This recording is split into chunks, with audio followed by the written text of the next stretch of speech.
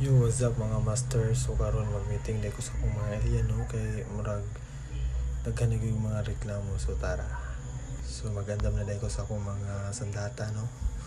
So mo niya akong banggitan nga helmet nga niabot na jud og China og grades yun. So inani ni tsura so ako dayon pitaka nga 20 pesos si sulod. Ug akong gloves dayon. So mga master mo din ni akong universe labi kapita. So mo ni akong spaceship. Adto na din ta sa Kalawakan. Lawakan ni Master Meta. Let's go. Brum brum brum. So mga master, chill rides lang sa ata no. Kaya taday kayo ang panahon kaya wala gyud nag-ulan. So takbong pugi lang ta. Di kay ta sa disgrasya sa simbakuan niya. So mga master, amping na mo dire sa uptown kay pero may good na yung mga disgrasya dire. So hinahinay gyud ta. Takbong pugi lang gyud kay lisod na gyud matatsalang na itong pagka-itsuraan. Sayang gyud.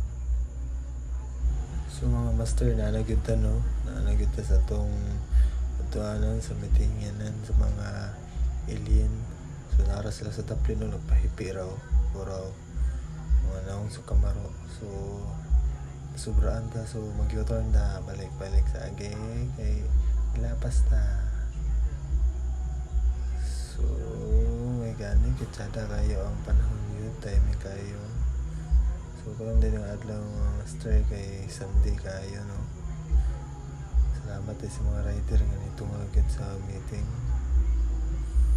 So narahong mga alien, mga naong sa Kamaro, kanang nakapula mo yun ang pinaka-leader sa Kamaro, Ildan the Great, Ray, J. Marvin, Isagian, Heartthrob ng bayan.